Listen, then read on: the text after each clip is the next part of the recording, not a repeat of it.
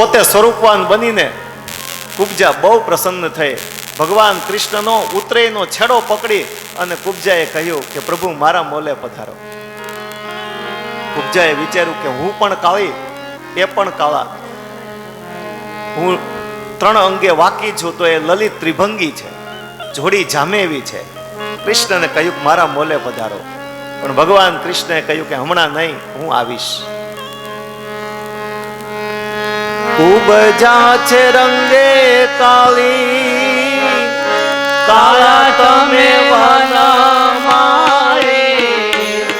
કુબજા છે રંગે કાળી, કાળા તમે વનમાળે. કુબજા છે રંગે કાળી, કાળા તમે વનમાળી. કુબજા છે રંગે કાળે, કાળા તમે વનમાળે. જોડી આવી ક્યાંય વાળે, એવો જાજે મારા વાલાને વડીને કહેજો, આને તો મનાવી લેજો.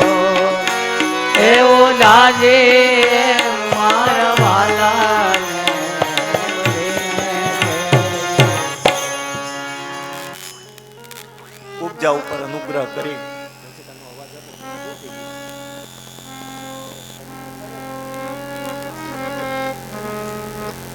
કુબજા ઉપર અનુગ્રહ કરી અને પરિબ્રહ્મ પરમાત્મા ત્યાંથી સીધા પધાર્યા કંસ રાજાના યજ્ઞમાં. આજે આ યજ્ઞનો 4થો દિવસ છે. જો 1 દિવસ પૂર્ણ થાય ને યજ્ઞ પૂર્ણ થઈ જાય તો કંસને મારવો મુશ્કેલ. એટલે ભગવાન કૃષ્ણ, દાવજી મહારાજ અને ગોપ ગોવાળ મિત્રોએ યજ્ઞશાળામાં પ્રવેશ કરી બ્રાહ્મણોને કહ્યું કે તમે જઈ શકો છો. અને યજ્ઞના રક્ષણ માટે જે માણસો ઊભા હતા ભગવાન કૃષ્ણએ એમને બહુ માર્યા. અમુક વ્યક્તિ જીવ બચાવીને ભાગ્યા. મહારાજ કંસ પાસે આવ્યા, એમણે કંસને સમાચાર આપ્યા કે રાજવી અમે કહી શકતા નથી, પણ જ્યાં યજ્ઞ ચાલુ હતો એ યજ્ઞશાળામાં કૃષ્ણ આવ્યા હતા, એણે ધનુષ્યને તોડ્યું અને અમે તો જીવ બચાવીને આવ્યા છીએ ને આપને અમે આ સમાચાર આપ્યા છે. ધનુષ્ય તૂટ્યું એ સમાચાર કંસને મળ્યા. કંસને બહુ દુઃખ થયું, મનમાં વિશ્વાસ થઈ ગયો કે પરશુરામે મને કહ્યું હતું કે જે વ્યક્તિ ધનુષ્ય તોડશે એના હાથથી મારું મૃત્યુ છે. પોતાનું મૃત્યુ નજર સામે દેખાવા લાગ્યું. પણ કંસે થોડી હિંમત રાખી, વિચાર્યું કાલે સવારે કોલિયાપીડ હાથી, શલ તોશલ ચારુણ મુષ્ટિકથી એ 11 અને 12 વર્ષના બાળકને હું મરાવી નાખીશ. બીજે દિવસે સવાર થયું. મથુરાના લોકો બધા કૃષ્ણના પરાક્રમથી વાકેફ થઈ ચૂક્યા છે. અને આજે કંસના રાજમહેલમાં મલકુસ્તીનો પ્રોગ્રામ છે, કાર્યક્રમ છે. આજ કંઈક નવીન થવાનું છે. આવા વિચાર સાથે સૌ કોઈ મહારાજ કંસના મહેલે પધાર્યા છે. વડીલો, એક મોટો વિશાળ સભામંચ છે કે જેમાં અનેક સભાસદો બેસી શકે. ઈ સભામંચની વચ્ચે અખાડો બનાવવામાં આવ્યો છે અને અખાડાની બરાબર સામે કંસનું સિંહાસન રાખવામાં આવ્યું છે. આ બાજુ સમય થયો એટલે મહારાજ કંસ સિંહાસન ઉપર આવીને બિરાજમાન થયા. કંસના માણસોએ કંસનો જય જયકાર કર્યો. કંસ બિરાજમાન થયા, અન્ય સભાસદો પણ બિરાજમાન થયા. એક બાજુ કોલિયા પીડના હાથીના મહાવતે કોલિયા પીડને આજ બહુ દારૂ પીવડાવ્યો છે, મદોન્મત કર્યો છે. શલ તોશલ ચારુણ મુષ્ટિક આ ચારેય મલ્લો અખાડામાં પોતાના શરીરને તેલ ચોળી અને તૈયાર ઊભા છે, ક્યારે કૃષ્ણ આવે અને અમે એમની સાથે યુદ્ધ કરીએ. કૃષ્ણને દાવને ખબર છે કે મામા અમારું સ્વાગત કરવાના છે, એટલે ભગવાન કૃષ્ણએ નંદ બાબા ગોવાળોને પહેલા મોકલી દીધા. એટલે નંદ બાબા ગોવાળોએ સભા મંચમાં બેસી ગયા. કૃષ્ણને દાવ પાછળ રહ્યા છે. આ બાજુ કંસે બધી તૈયારી કરી રાખી છે અને જ્યાં ભગવાન કૃષ્ણએ જ્યાં પ્રવેશ દ્વારે દેખા દીધા એટલે ભગવાન કૃષ્ણ યુદ્ધ કરે એ સમય દરમિયાન લોકોને બહુ ખ્યાલ ન આવે અને યુદ્ધમાં મલ્લોને જોમ ચડે એટલા માટે કંસે શરણાઈ અને ઢોલની વ્યવસ્થા કરી છે. આમ ભગવાન કૃષ્ણએ જ્યાં આમ દર્શન દીધા ત્યાં કંસે એ ઢોલ અને શરણાઈ તરફ દ્રષ્ટિ કરી અને એણે શરણાઈની શરૂઆત કરી. ઢોલ અને શરણાઈ વાગવા લાગ્યા. ભગવાન કૃષ્ણ ધીમે ધીમે ધીમે પ્રવેશ દ્વારેથી પ્રવેશ કરે છે. કંસે કોવલિયા પીડ હાથીના મહાવત તરફ દ્રષ્ટિ કરી. કોવલિયા પીડના મહાવતે હાથીને ચાબુક માર્યું. છંછેડાઈને હાથી કૃષ્ણ તરફ દોડ્યો છે. કૃષ્ણએ દાવને કહ્યું, દાવ ભૈયા સ્વાગતની તૈયારી થઈ ચૂકી છે, તૈયાર રહેજો. કોવલિયા પીડે ભગવાન કૃષ્ણ ઉપર હુમલો કર્યો. જે કોવલિયા પીડે હુમલો કર્યો ભગવાન કૃષ્ણને દાવે એ હાથીને આમ એવી રીતે ધક્કો માર્યો કે જે હાથી જ્યાંથી આવ્યો તો ત્યાં પાછો પહોંચી ચૂક્યો. બીજી વાર મહાવતે ચાબુક માર્યું. ફરી પાછો છંછેડાઈને હાથી કૃષ્ણ તરફ દોડ્યો. ભગવાન કૃષ્ણને પોતાના દંત શૂળથી મારવા ગયો પણ ભગવાન કૃષ્ણ દૂર ગયા તો હાથીના દંત શૂળ જમીન સાથે અથડાયા, ઢીલા પડી ગયા. ત્રીજી વાર મહાવતે જ્યારે ચાબુક માર્યું અને હાથી છંછેડાઈને કૃષ્ણ તરફ દોડ્યો, ભગવાન કૃષ્ણએ પોતાના એક હાથેથી હાથીનું દંત શૂળ પકડ્યું. દાવજી મહારાજે બીજા હાથેથી દંત શૂળ પકડ્યું અને એવી રીતે આમ ખેંચ્યું કે મૂળમાંથી દંત શૂળ ખેંચાય અને બહાર નીકળી ગયા. મસ્તક ધ્રુજાવી કોવલિયા પીડ મૃત્યુ પામ્યો. પેલો મહાવત હતો એ ભાગવા ગયો. દાવજી મહારાજે એના મસ્તક ઉપરથી વાળ પકડી એક થપાટ મારી. મહાવત પણ મૃત્યુ પામ્યો. અને એટલા સભાસદોની વચ્ચે મથુરાના લોકોએ ભગવાન કૃષ્ણનો જય જયકાર કર્યો. બોલીએ કૃષ્ણ કનૈયા લાલ કી જય, દાવજી મહારાજ કી જય.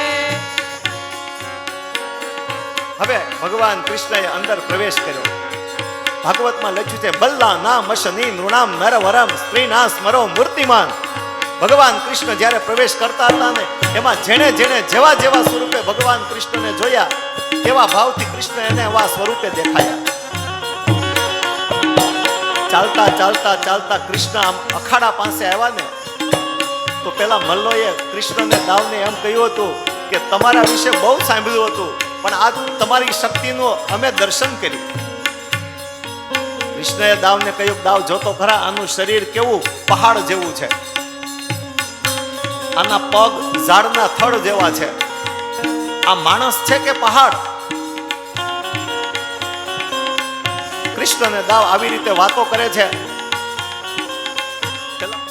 કે બહુ જ્યાદા સમયથી કોઈ બળવાન વ્યક્તિ સાથે યુદ્ધ કર્યું નથી અને તમ જેવા બળવાન છોકરાને જોયા અમને આનંદ થાય છે કે આજ તમારી સાથે અમને યુદ્ધ કરવાનો અવસર મળશે. કૃષ્ણએ મલ્લોને કહ્યું, ભાઈ અમે તો બાળ છીએ. મલ્લોએ કહ્યું, તમે બાળ નહીં, તમે કાળ છો. કૃષ્ણે કહ્યું, ભાઈ યુદ્ધ કરવું એ અમારું કામ નહીં, અમે તમને ન પહોંચી શકીએ. પણ ત્યાં તો બોલતા બોલતા બોલતા પેલા મલ્લોએ એમ કહ્યું કે માનું દૂધ પીધું હોય તો આવી જાઓ. અને કૃષ્ણની આંખનો કલર બદલ્યો. એને દાવને એમ કહ્યું, દાવ આણે માં યશોદાના દૂધને લલકાર્યું છે, આવ બતાવી દઈએ માના દૂધમાં કેટલી તાકાત છે. અને ભગવાન કૃષ્ણએ ખંભા ઉપર જે ઉતરાઈ હતું એ ઉતરાઈને કેડે બાંધ્યું, પિતાંબરનો કસોટો વાળ્યો અને બે ભાઈઓ મલ્લની અદાથી છલાંગ મારીને આવ્યા અખાડામાં. ચારુણની સાથે ભગવાન કૃષ્ણ લડે છે, મુષ્ટિકની સાથે દાવજી મહારાજ લડે છે. સૌપ્રથમ પગથી પગ, હાથથી હાથ, શરીરથી શરીર, મસ્તકથી મસ્તક આમ સંરક્ષણાત્મક યુદ્ધ કરી અને દાવ અને કૃષ્ણએ બંને મલ્લોને થકવી દીધા. અને પછી અવસર મળ્યો એટલે કૃષ્ણને દાવે બે મલ્લોના પગ પકડી ગોળ ગોળ ફેરવી અને અખાડામાં પછાડ્યા. પછાડતાની સાથે ચારુણ અને મુષ્ટિક મરણ પામ્યા.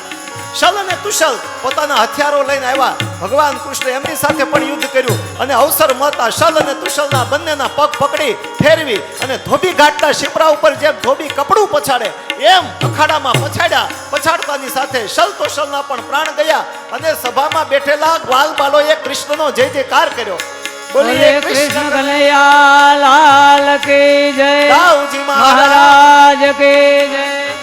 અને આ આ શક્તિ સૌ લોકોએ જોઈ. કંસે પણ આ બે બાળકોની આ શક્તિ જોઈ. કંસના શરીરમાં ટાઢિયો તાવ ચાલુ થયો. કંસે પોતાની પાસે જે તરવાર પડી હતી આ કૃષ્ણના ઉપર આ તરવારનો ઘા કર્યો. કૃષ્ણ નીચે નમી ગયા, તરવાર ઉપરથી ગઈ અને કૃષ્ણએ સિંહાસને બેઠેલા પોતાના મામાના પગ પકડીને કહ્યું, મામા પાય લાગુ. મામાને પગે તો લાગ્યા, પણ કૃષ્ણએ મામાના પગ ખેંચ્યા. કંસ સત્તો પાઠ સિંહાસનથી નીચે પડ્યો. ભગવાન કૃષ્ણ છલાંગ મારીને કંસની છાતી ઉપર બેઠા અને એક મુક્કો કંસની છાતીમાં માર્યો. કંસના મોઢામાંથી લોહીનો કોગળો નીકળ્યો. કંસ મૃત્યુ પામ્યો. કંસના શરીરમાંથી તેજ નીકળી અને કૃષ્ણના શરીરમાં સમાયું અને સૌ બાલબાલોએ કૃષ્ણનો જય જયકાર કર્યો. બોલીએ કૃષ્ણ કનૈયા લાલ કી જય, દાઉજી મહારાજ કી જય. એક મુક્કો માર્યો, કંસ મૃત્યુ પામ્યો. અન્ય જે કંસના સગા સંબંધી હતા એ હાથમાં ખડગ લઈને ઊભા હતા. ભગવાન કૃષ્ણની આંખો લાલ છે. આમ દ્રષ્ટિ કરીને જોયું શું વિચાર છે. ત્યાં તો હાથમાંથી ખડગ નીચે પડી ગયા. બે હાથ જોડીને ઊભા રહ્યા. કહ્યું, પ્રભુ અમે તમારા દાસ. ભગવાન કૃષ્ણએ પહેલી વહેલી આજ્ઞા કરી, તો જાઓ કેદખાનામાંથી મારા માતા પિતા અને મહારાજ ઉગ્રસેનને મુક્ત કરો. કૃષ્ણની આજ્ઞા થતા કંસના માણસો ગયા કેદખાને. પોતાના માતા પિતા અને મહારાજ ઉગ્રસેનને મુક્ત કરવા માટે. વડીલો, ભગવાન કૃષ્ણએ વિચાર્યું હું કેટલાય દિવસથી માતા પિતાને મળ્યો નથી, પહેલા હું માતા પિતાને મળીશ. એટલે કંસના રાજમહેલથી કૃષ્ણએ કેદખાના તરફ પ્રસ્થાન કર્યું અને કેદખાના તરફ જતા રસ્તામાં યમુનાના કિનારે ભગવાન કૃષ્ણએ યુદ્ધ કર્યું છે ને, એટલે થોડા થાક્યા છે. એટલે કૃષ્ણ એક જગ્યાએ બેઠા અને થોડી વાર વિશ્રામ કર્યો. યમુનાના કિનારે કૃષ્ણએ જે જગ્યાએ વિશ્રામ કર્યો ને એને વિશ્રામ ઘાટ કહેવામાં આવે છે. આપણે જેમ ગંગાજીની આરતી અહીંયા હરકી પેઢી ઉપર થાય છે ને, એમ યમુનાજીની આરતી છે ને વિશ્રામ ઘાટે થાય છે.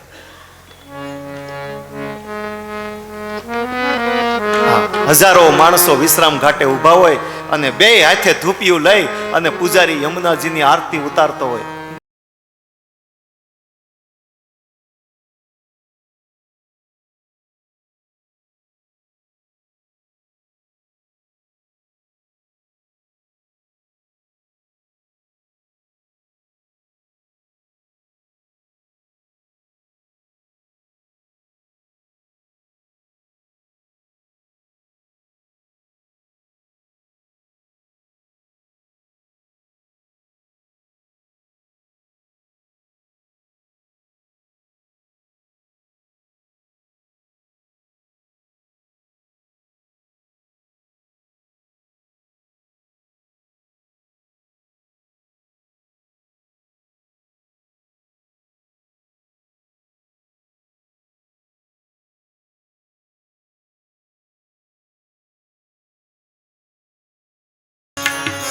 શ્રી યમુના માં જય જય શ્રી યમુના, જોતા જન્મ સુધારો નાતા લેહન તારો, ધન ધન શ્રી યમુના માં જય જય શ્રી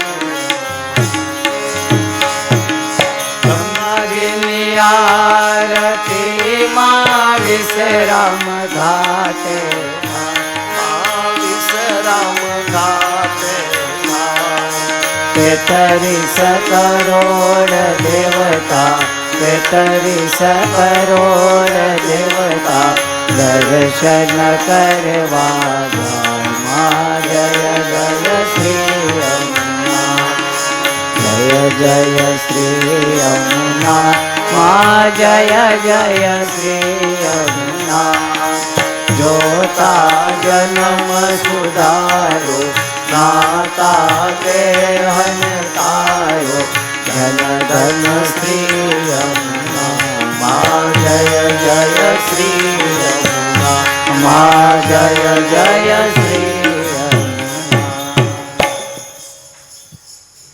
વિશ્રામ ઘાટે પરિબ્રહ્મ પરમાત્માએ વિશ્રામ કર્યો.